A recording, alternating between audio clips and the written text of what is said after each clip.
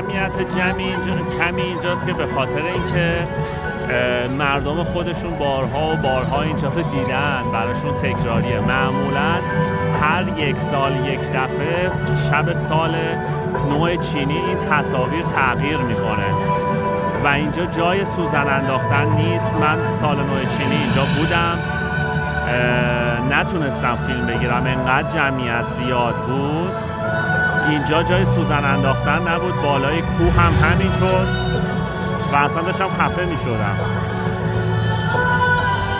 و مردمشون بارها و بارها اینا رو دیدن و خیلی هم میرن بالای کوه، زودتر میان چون از بالای کوه بسیار جذابتر دیده میشه.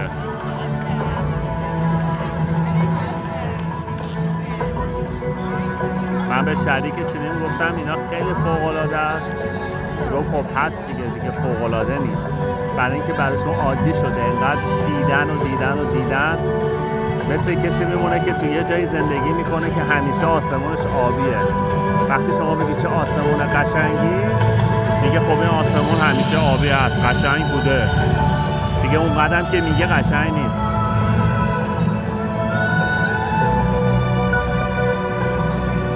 تلفیق نور و صدا